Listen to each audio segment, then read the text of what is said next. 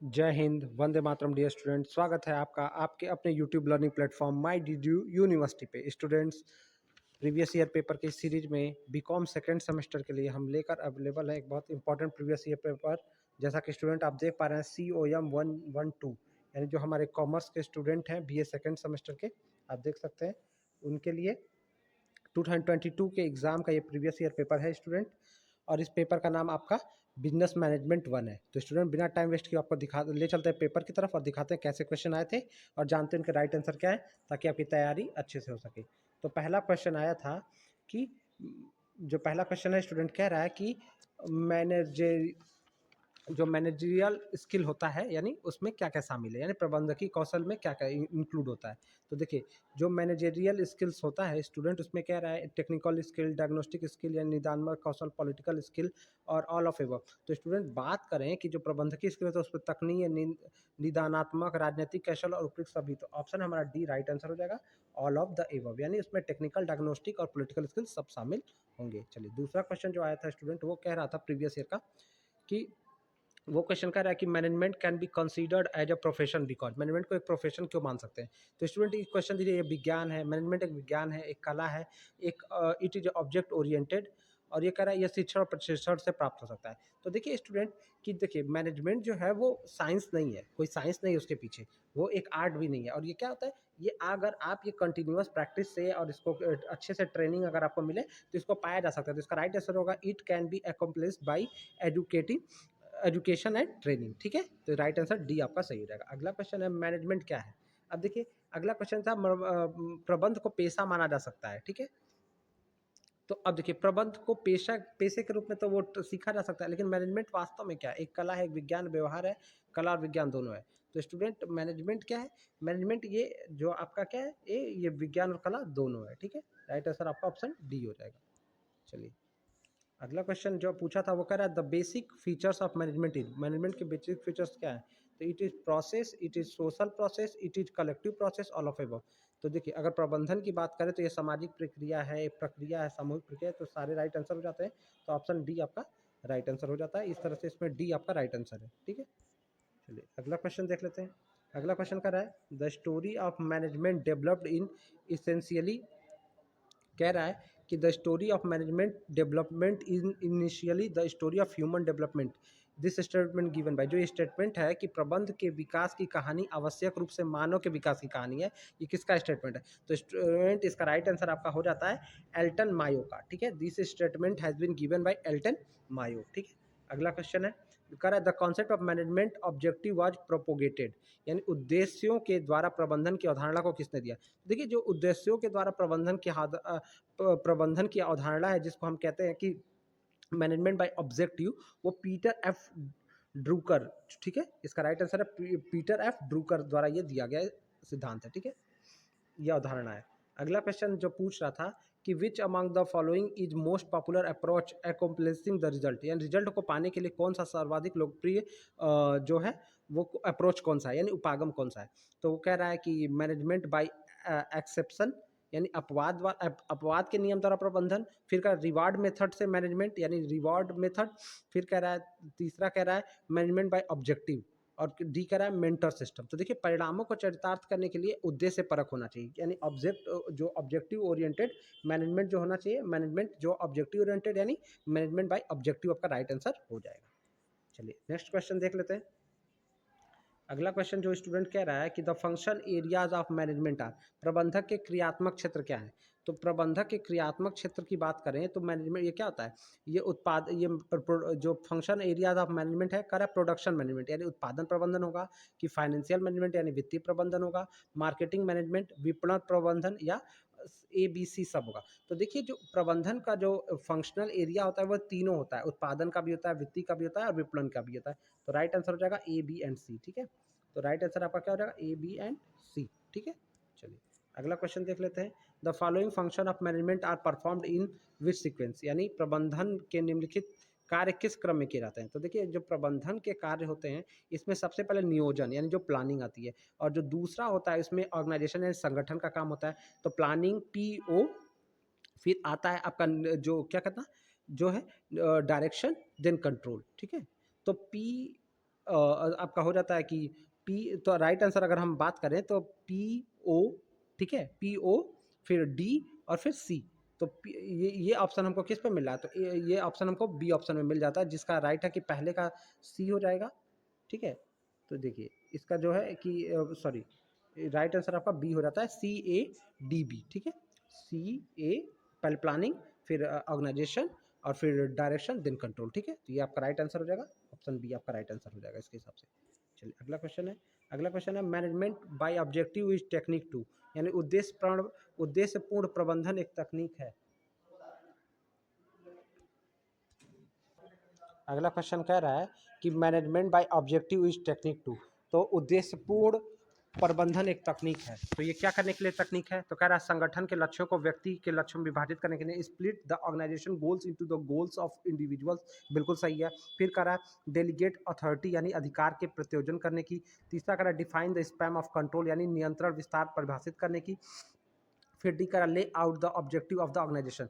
तो स्टूडेंट अगर ये जो कह रहा है कि उद्देश्य एक प्रबंधन की तकनीक है, तो अगर इसमें हम बात करें कि management by objective is technique to lay down the objectives of the organisation, है संगठन के उद्देश्यों को निर्धारण करने की ये टेक्निक है मैनेजमेंट बाय ऑब्जेक्टिव। इससे उद्देश्य निर्धारित होते हैं, इसको याद रखिएगा कि मैनेजमेंट बाय ऑब्जेक्टिव से जो क्या होते हैं, गोल्स और जो ऑब्जेक्टिव्स होते हैं वो डिसाइड होते हैं, ठीक है। अगला क्वेश्चन जो आया हुआ था वो कह रहा है Henri Fayol did not lay down the following principle, यानी हेनरी फेयोल ने किसका सिद्धांत नहीं दिया हुआ है। तो देखिए हेनरी फेयोल का प्रिंसिपल ऑफ ऑर्डर भी होता है, प्रिंसिपल ऑफ जो स्पाइड डी कॉप्स भी है, और ये स्केलर चेन भी है। तो क्या नहीं बच जाता, ऑप्शन सी नहीं, अपवाद का सिद्धांत ये हेनरी फेयोल का द्वारा दिया गया नहीं है, ठीक है। चलिए अगला क्वेश्चन बात करते हैं। अगला क्वेश्चन जो कह रहा है कि हाउथॉर्न एक्सपेरिमेंट लेड टू, यानी हाउथॉर्न एक्सपेरिमेंट किसको ले जाता है। तो देखिए इसका राइट आंसर होगा कि ये बिहेवियर थियरी, यानी ये किसको, बिहेवियरल थियरी को लीड करता है। हाउथॉर्न का जो प्रयोग है वो व्यवहारात्मक सिद्धांत के लिए दिया गया है, ठीक है। अगला क्वेश्चन देख लेते हैं कि कह रहा है the principle that employees should be made accountable only to superior officer related to, यानी सिद्धांत जो कर्मचारी को उसके ऊपर के एक अधिकारी के प्रति जिम्मेदार बनाता है वो क्या कहलाता है, वो कहलाता है यूनिटी ऑफ कमांड, यानी आदेश की एकता, ठीक है। तो यूनिटी ऑफ कमांड आपका राइट आंसर हो जाएगा, ऑप्शन सी आपका राइट आंसर रहेगा, ठीक है। चलिए अगला क्वेश्चन आया था according to F W Taylor which of the following are related to functional organisation. F W Taylor के अनुसार जो है क्रियात्मक संगठन से कौन संबंधित है। तो देखिए क्रियात्मक संगठन की बात करें तो इसमें कार्यक्रम लिपिक गतिनायक एवं निरीक्षण, यानी रूटीन क्लर्क स्पीड बॉस, यही जो होते हैं ये क्रियात्मक संगठन के से ये लोग सारे लोग ये लोग जरूरी है, मतलब एसोसिएटेड है, ठीक है। Routine clerk speed boss and inspector, ठीक है।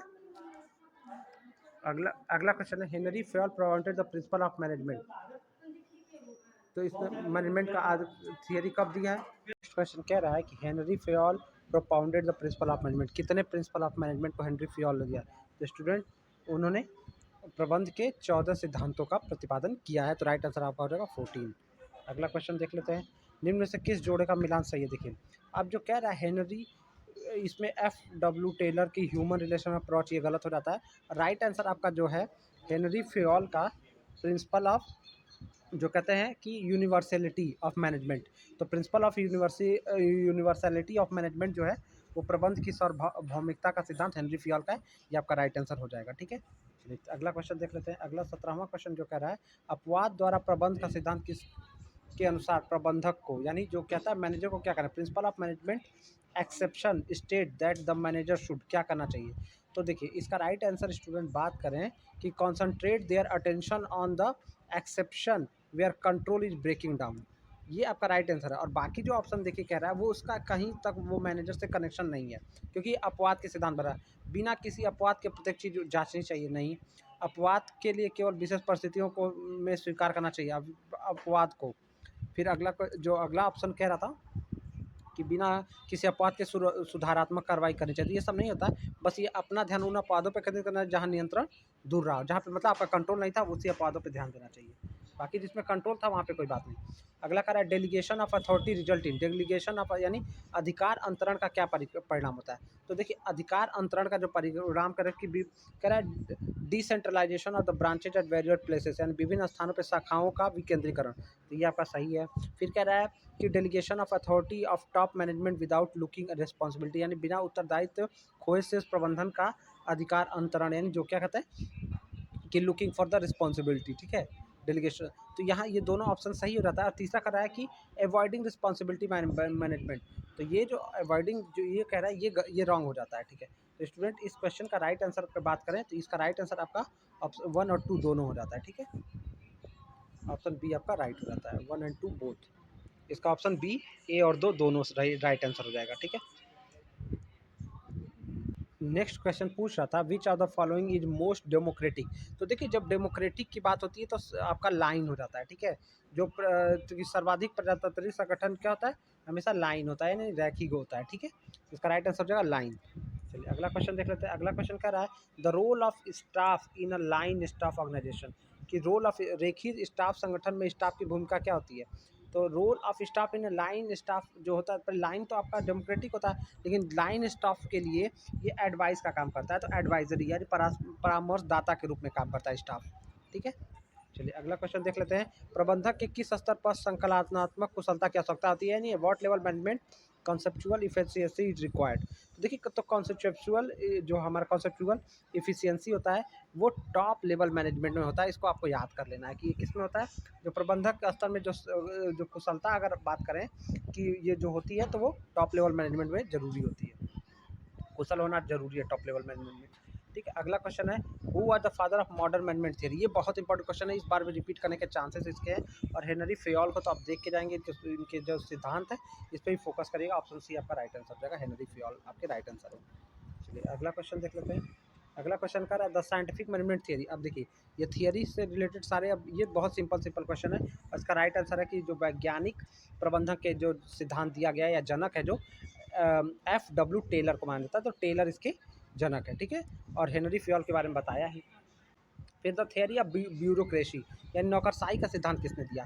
तो ये के सिद्धांत के बाद अगला क्वेश्चन में पूछा था वो करा थियो हैमन के अनुसार प्रबंध की कितनी अवधारणा है। तो थियो हैमन ने प्रबंध की 3 अवधारणाओं के बारे में, 3 अप्रोचेस के बारे में या 3 कॉन्सेप्ट के बारे में बात की है। अगला कह रहा है कि जो मैट्रिक्स होता है, मैट्रिक्स संगठन को क्या कहते हैं। तो बिल्कुल याद रख लीजिएगा मैट्रिक्स संगठन का ये क्वेश्चन इस बार भी पूछा जाने का प्रबल चांसेस बन जाता है स्टूडेंट, कि मैट्रिक ऑर्गेनाइजेशन को हम प्रोजेक्ट ऑर्गेनाइजेशन के नाम से भी जानते हैं। अगला क्वेश्चन देख लेते हैं। अगला क्वेश्चन आया था, देखिए ये क्वेश्चन पहले ही आया था, PODC यानी प्लानिंग ऑर्गेनाइजेशन डायरेक्ट कंट्रोल, ये क्या है। तो ये मैनेजमेंट के जो है ये कार्य हैं, फंक्शंस हैं, यानी उनके टास्क हैं, ठीक है। चलिए अगला कह रहा है कि प्रबंध नीति में निर्धारण का किसका हिस्सा है। तो देखिए प्रबंध नीति यानी जो मैनेजमेंट पॉलिसी होता है उसमें फार्मूलेशन क्या काम करता है। तो फार्मूलेशन यानी नियोजन या प्लानिंग का काम करता है। किसी चीज़ की प्लानिंग होना बहुत इंपॉर्टेंट है प्रबंध नीति में, ठीक है। स्टूडेंट हम आपको बाइलिंगुअल में यानी दोनों भाषाओं में पेपर इसलिए बता रहे हैं कि बहुत सारे स्टूडेंट जो इंग्लिश मीडियम के तो हैं, लेकिन हिंदी मीडियम के स्टूडेंट्स को भी इंग्लिश के वर्ड समझ में आए, क्योंकि आपको मैनेजमेंट और कॉमर्स पढ़ना है तो इंग्लिश के टर्म्स की जानकारी होनी बहुत जरूरी है। अगला कह रहा है प्लानिंग कौन सी प्रोसेस है। Planning is a process. तो क्या रहा है प्लानिंग जो होता है गोल ओरिएंटेड, लक्ष्य के लिए, फ्लेक्सिबल, लचीली, टाइम बाउंड, सही। तो राइट आंसर हो जाएगा all of above, option D आपका सही हो जाएगा, उपयुक्त सभी, ठीक है।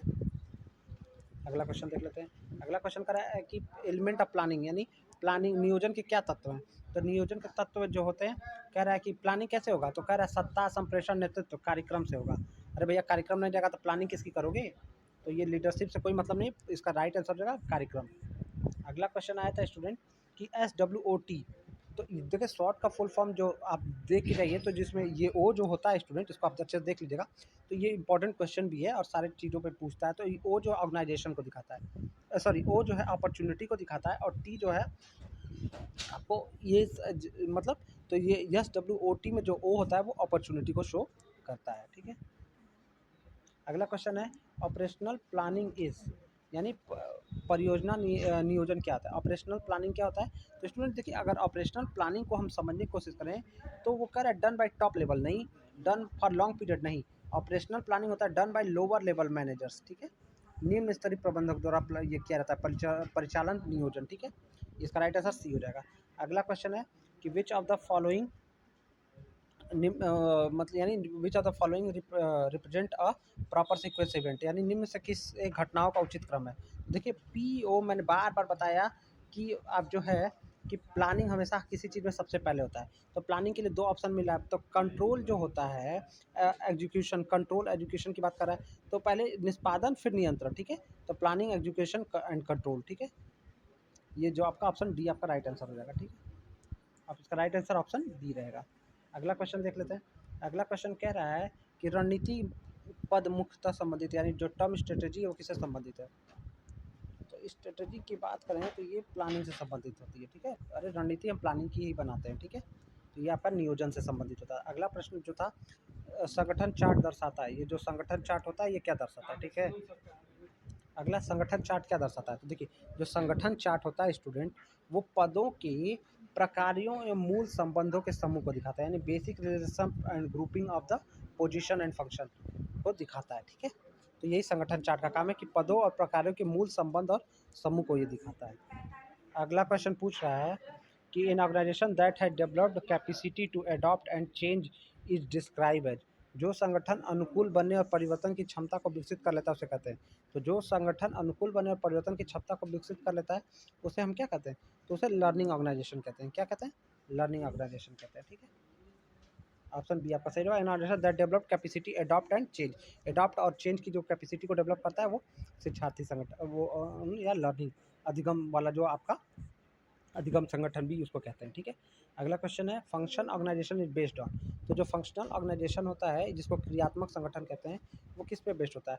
तो वो इस जो क्रियात्मक होता है जब वो होगा केवल सामान्यीकरण, विशिष्टीकरण और सामान्यीकरण दोनों में। तो ये जो होता है स्पेशलाइजेशन, क्रियात्मक संगठन जो कब करेंगे? जो क्रियात्मक फंक्शनल ऑर्गेनाइजेशन के लिए स्पेशलिटी होनी इंपॉर्टेंट होती है, तो ये केवल विशिष्टीकरण हो जाएगा।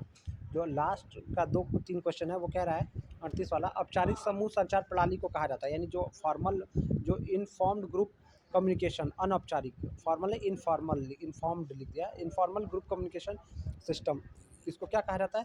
तो इसको समूह गतिकी, यानी जो ग्रुप डायनेमिक्स आपका होता है वो आपका कहलाता है जो ये क्या अनौपचारिक समूह संचार प्रणाली, ठीक है। अगला क्वेश्चन है लाइन एंड स्टाफ ऑर्गेनाइजेशन। अब देखिए लाइन और वो बता रहा है line and staff organisation is most suitable. तो देखिए लाइन मैंने बताया कि आपको पहले ही बताया, तो रेखीय ये बड़े आकार के उपक्रमों के लिए लार्ज साइज इंटरप्राइजेज आपका राइट आंसर हो जाएगा कि जो रेखीय और कर्मचारी संगठन के लिए सबसे उपयुक्त है वो staff organisation, large size enterprises के लिए, स्मॉल के लिए कर्मचारी संगठन होना बहुत इंपॉर्टेंट नहीं है। अगला लास्ट जो क्वेश्चन आया था स्टूडेंट वो कह रहा है कि निम्न में से कौन सा संगठन प्राचीनतम स्वरूप है? तो कौन सा संगठन का प्राचीनतम स्वरूप है? तो स्टूडेंट ये इसका राइट आंसर हो जाता है कि संगठन का प्राचीनतम स्वरूप जो होता है वो लाइन ऑर्गेनाइजेशन ही होता है, ठीक है। ये सारे ठीक है।